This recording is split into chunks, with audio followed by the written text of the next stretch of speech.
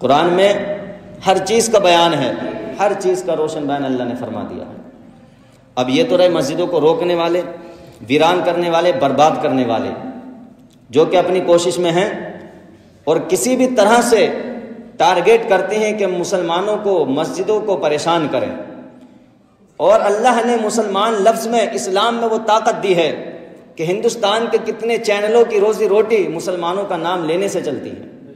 جب تک مسلمانوں کا نام نہ لیں ان کے چینلوں کو TRP نہیں ملتی ہے۔ جب تک اسلام کا وہ کوئی نہ کوئی مدعا نہ اٹھائیں بدنام کرنے کے لیے، جب تک انہیں پبلکسٹی نہیں ملتی ہے۔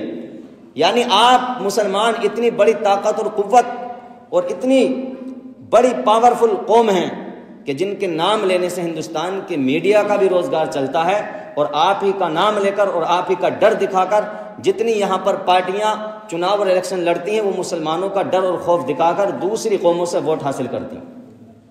وہ طاقت ہیں آپ۔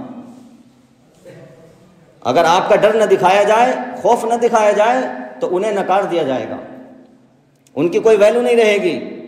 ڈر آپ کا دکھایا جاتا ہے تو آپ سمجھیے کتنی بڑی طاقت اور قوت کا نام مسلمان ہے، کتنی بڑی پاور کا نام مسلمان ہے کہ جو ہندوستان کی حکومت کو ادھر سے ادھر کرنے کی طاقت اور قوت اور صلاحیت رکھتی ہے۔ اس قوم کا نام قوم مسلم ہے۔ لیکن ہمیں حالات کے اعتبار سے بھی چلنا چاہیے۔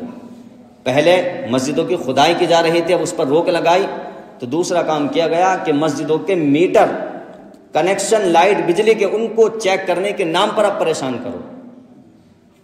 کرنا پریشان ہے، مقصد جو ہے پریشان کرنا ہے، تو ہمیں بھی اس کا انتظام کرنا چاہیے۔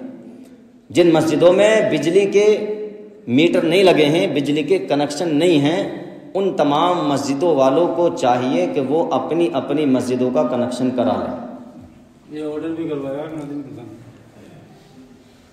تو بہتر ہے کہ میں آپ سب سے گزارش کرتا ہوں، پہلے اس مسجد کے لیے کیونکہ ہم یہاں کے ذمہ دار ہیں، باقی اور جو گاؤں کی مسجدیں ہیں انہیں بھی چاہیے اور ان کے ذمہ داروں کو چاہیے کہ وہ اپنی مسجدوں کے بجلی کے کنیکشن کرائیں، میٹر لگوائیں، تاکہ شرعی طور پر بھی، شریعت کے طور پر بھی ہم صحیح رہیں اور گورنمنٹ بھی ہمیں اس نام پر پریشان نہ کر سکے۔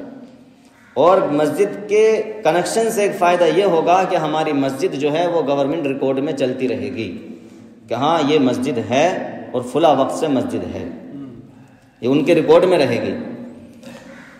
دوسری بات یہ ہے کہ آنے والے وقت میں اللہ تبارک و تعالیٰ اور اسباب اچھے پیدا کرے، بنائے، تو ہمارا دوسرا کام یہ رہے گا کہ ہم مسجد میں انشاءاللہ CCTV کیمرے کا بھی انتظام کریں گے، آپ سب کی دعا سے، آپ سب کے ساتھ ساتھ۔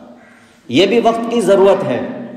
حالات ایسے ہیں، کئی جگہ مسجدوں میں غیر مسلموں نے جا کر مسجدوں کی بے حرمتی بھی کی ہے، اور مسجدوں میں کسی نہ کسی طرح سے کچھ ایسی چیزوں کو پھینکا ڈالا گیا ہے، اور پھر بعد میں مسجدوں کی چیکنگ کے نام پر وہ چیزیں پائی گئیں، جس سے کہ مسجدوں کو اور مسجد کے نگراں کمیٹیوں کو، دیکھ بھال کرنے والوں کو پھر اریسٹ و گرفتار کیا گیا۔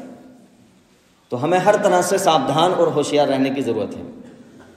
ڈرنے کی ضرورت نہیں ہے، ڈرنے کی ضرورت نہیں ہے، بلکہ ہوشیار اور سمادھان اور ساودھانی برتنے کی ضرورت ہے۔ جن چیزوں کی ضرورت ہے ان کو پورا کریں اور بے خوف و خطر رہیں، بس اللہ سے ڈریں، باقی کسی سے نہیں ڈرنا۔ انما یعمر مساجد اللہ من آمن باللہ والیوم الآخر، یہ آیت ہے سورہ توبہ کی۔ بے شک اللہ کی مسجدوں کو وہی آباد کرتے ہیں جو اللہ پر ایمان رکھتے ہیں۔ انما یعمر مساجد اللہ، بے شک اللہ کی مسجدوں کو وہی آباد رکھتے ہیں من آمن باللہ، جو اللہ پر ایمان رکھتے ہیں، واقام الصلاۃ، اور نماز ادا کرتے ہیں، وآت الزکاۃ، اور زکوٰۃ ادا کرتے ہیں، ولم یخشا الا اللہ، اور اللہ کے سوا کسی سے نہیں ڈرتے۔ یہ بھی تو ایمان کا حصہ ہے، اللہ کے سوا کسی سے نہ ڈرنا یہ ایمان کا حصہ ہے۔ جو اللہ کے سوا اوروں سے ڈرتے ہیں تو ابھی ایمان مکمل نہیں ہے، ادھورا ہے۔ میں نے ایک آیت پہلے پڑھی تھی جس میں تھا کہ وہ اس سے بڑھ کر ظالم کون، ومن اظلم ممن منع مساجد اللہ ان یذکر فیہا اسمہ وسعی فی خرابها، اس سے بڑھ کر ظالم کون، جو اللہ کی مسجدوں میں اللہ کا نام لینے سے روکے اور مسجدوں کو خراب کرنے کی کوشش کرے، تو یہ وہ ظالمین ہو گئے۔ اور دوسری آیت سورہ توبہ کی ہے، اس میں فرمایا انما یعمر مساجد اللہ من آمن باللہ والیوم الآخر، اور اللہ کی مسجدیں وہی آباد کرتے ہیں کہ جو اللہ پر ایمان رکھتے ہیں۔ یہ سلسلہ چلتا رہا ہے، چلتا رہے گا، پہلے بھی ہوا ہے، اللہ کے گھروں کو ٹارگٹ کیا گیا ہے، آج بھی ہے، چلتا رہے گا، اور اللہ کے گھر کو آباد کرنے والے بھی تھے، آج بھی ہیں، اور انشاءاللہ قیامت تک چلتے رہیں گے۔ مسلمانوں نہ گھبراؤ، خدا کی شان باقی ہے، ابھی اسلام زندہ ہے، ابھی قرآن باقی ہے۔ یہ کافر کیا سمجھتے ہیں جو اپنے دل میں ہنستے ہیں، ابھی تو کربلا کا آخری میدان باقی ہے۔ مسجدیں اللہ کا گھر ہے، نسبت کے طور پر، ادب اور احترام کے طور پر کہ اللہ کا گھر ہے، اس نسبت سے نہیں کہ اللہ رہتا ہے، بلکہ یہاں اللہ کی عبادت کی جاتی ہے۔ احترام کے طور پر مسجد کا معنی ہے سجدہ کرنے کی جگہ، مسجد سجدہ کرنے کی جگہ، اللہ کا گھر، اس کا ادب اور احترام بھی کرنا ہے، اس کی دیکھ بھال بھی کرنی ہے۔